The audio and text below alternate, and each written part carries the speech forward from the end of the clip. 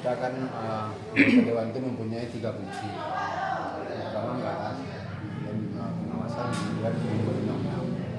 Jadi hari ini kita menangkap aspirasi masyarakat. Tentunya kita berharap aspirasi ini nanti kita terima dalam bentuk proposal, kemudian kita masuk di SPD, kemudian diikut menjadi perda.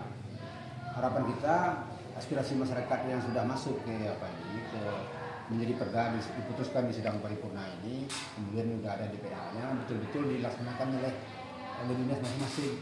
Karena nanti masyarakat juga berharap ini dikerjakan, kita sudah proposal sudah kita terima, kemudian kita berharap dikerjakan untuk meningkatkan kesejahteraan masyarakat, tertahu tidak dikerjakan. Masyarakat ini menuntutnya ke dewan.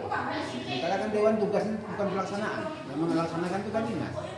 Contohnya proposal tentang sawah irigasi itu kan ke pertanian, jalan ke PU, tentang sekolah ke pendidikan, bukan dinas, bukan anggota dewan yang mengerjakan proyek. Jadi harapan kita agar ini aspirasi masyarakat yang sudah diserahkan dalam bentuk proposal itu betul-betul dikerjakan. Kemudiannya apa tantangan dan rintangan yang kita hadapi selama ini terkait dengan penjaringan aspirasi yang dilakukan pada hari terakhir hari ini?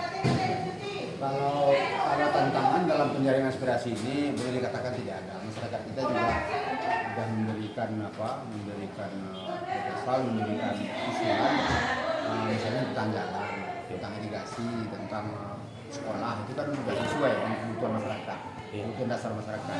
Namun permasalahannya kalau di agama ini yang banyak kita alami masalah dana ya? Anggaran tidak ada.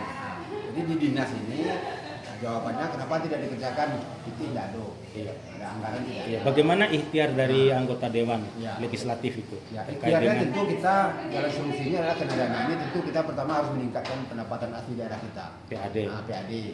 PAD itu baik dari PBB, dari pajak retribusi, pajak parkir itu harus ditingkatkan supaya bisa dipakai untuk membangun.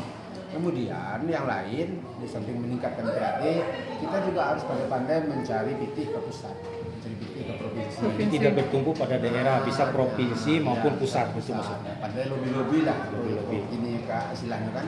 Karena kita datang ke, kita mengejar tentang koperasi, kita datang ke Kementerian Koperasi, itu kan ada dana anggaran PBN, nanti disalurkan kita, atau ke Menteri Keuangan, atau ke Kementerian PU, dan yang lain-lain. Jadi orang-orang apa itu harapan kita tuh dinas-dinas itu seluruhnya itu harus orang-orang pandai punya jaringan, punya koneksi ya, punya channel di pusat. Tentu saja harus kritis. Nah, yang kita lihat kita lihat saksikan Inya sebagai ketua Dewan Kehormatan adalah salah satu orang kritis.